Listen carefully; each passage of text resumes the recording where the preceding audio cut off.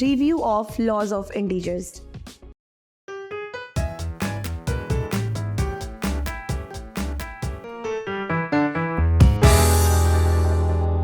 Assalamu alaikum. I welcome you all on the platform of digital academic provided by Moonlight International Publishers. Hello my dear students, I'm your maths teacher. My name is Aisha. Our today's topic is about the summary of laws of integers. हमने integers के law पढ़े इस chapter में, जो कि addition था, subtraction था, multiplication था और डिवीजन था। सबसे पहले स्टूडेंट्स हमारे पास स्टेटमेंट थी कि हमारे पास इंटीजर्स दो तरह के होते हैं, लाइक इंटीजर्स और अनलाइक इंटीजर्स। अगर हम लाइक इंटीजर्स की एडिशन की बात करें तो हमेशा लाइक इंटीजर्स की एडिशन करने के लिए हम उसको ऐड करते हैं और साइन हमारे पास जो उस स्टेटमेंट में दिया होता है वो वाला आता है। अगर दोनों साइंस पॉजिटिव होंगे तो आंसर में हमारे पास पॉजिटिव साइन आएगा, और अगर दोनों साइन नेगेटिव दिए होंगे तब भी आंसर में पॉजिटिव साइन आएगा। और अगर हमारे पास दो अनलाइक इंटीजर्स हो, लाइक एक पॉजिटिव हो दूसरा नेगेटिव हो, तो हमेशा हमारे पास वो वाला साइन आता है जो बिगर वैल्यू के साथ होता है। देन अगर मैं लॉज की बात करूं तो कम्यूटेटिव लॉ और एसोसिएटिव लॉ दोनों इंटीजर्स पर इम्प्लाई किए जाते हैं। देन स्टूडेंट्स अगर हम सब्ट्रैक्शन की बात करें तो सब्ट्रैक्शन में भी हमारे पास लाइक इंटीजर्स में और अनलाइक इंटीजर्स में यही काम किया जाता है कि हमने इसको सेम ऐसे ही सॉल्व करना है जैसे हम एडिशन में सॉल्व करते हैं। थर्ड चीज़ जो हम इसमें जहन में रखने के लिए वो यहाँ पर थी हमारे पास एडिटिव आइडेंटिटी। एडिटिव आइडेंटिटी क्या होता है? जब भी मेरे पास कोई नंबर दिया गया था तो मैं उसका इनवर्स फाइंड आउट करती हूँ, यानी कि उसका ऑपोजिट नंबर फाइंड आउट करती हूँ।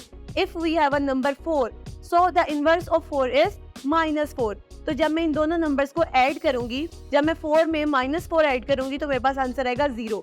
तो दो टर्म्स को ऐड करने से अगर आपके पास आंसर 0 आता है तो वो नंबर उसका क्या होता है? एडिटिव आइडेंटिटी कहलाता है, और 0 हमारे पास एडिटिव आइडेंटिटी है। स्टूडेंट इसी चीज़ को ध्यान में रखते हुए आपके पास रिव्यू एक्सरसाइज नंबर 3 में कुछ क्वेश्चंस दिए गए हैं। लाइक क्वेश्चन नंबर 2 को अगर आप देखें तो उसको आपने इसी मेथड्स के थ्रू सॉल्व करना है। वो क्या है?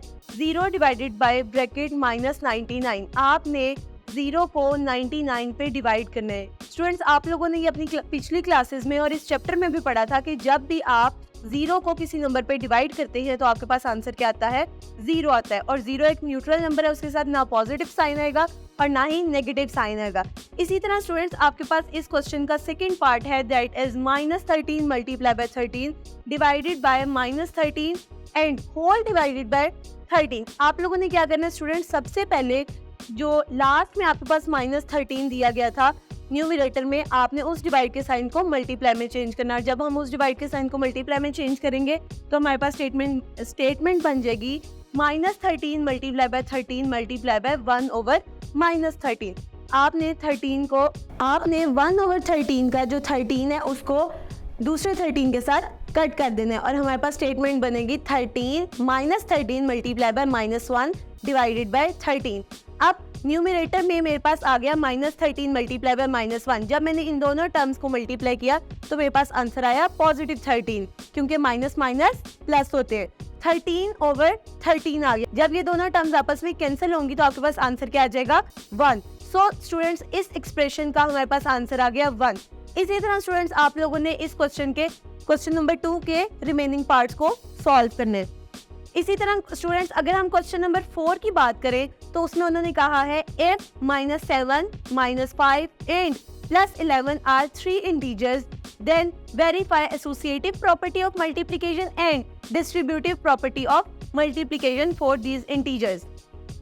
स्टूडेंट्स यहाँ पर बात काबिल गौर है कि आप लोगों ने क्या करना है, एक दफ़ा कंसीडर करना है कि आपके पास 3 इंटीजर्स हैं, a = -5, b = -7 एंड c = -11। आपने इसको किस तरह सॉल्व करना है? a multiply b plus c = a multiply by b into a multiply by c plus centre में क्या आ जाएगा? प्लस का साइन आ जाएगा। क्वेश्चन को एसोसिएटिव प्रॉपर्टी के अकॉर्डिंग सॉल्व करेंगे तो आपके पास आंसर जो आएगा वो स्क्रीन पर दिया गया, और जब आप उसको डिस्ट्रीब्यूटिव प्रॉपर्टी के अकॉर्डिंग सॉल्व करेंगे तो उसका भी आंसर आपको स्क्रीन पर दिया गया है। सो स्टूडेंट्स ये थी हमारी आज की वीडियो। मैं उम्मीद करती हूँ आपको आज का लेक्चर समझ में आया होगा। Stay tuned till next video. अल्लाह हाफिज़।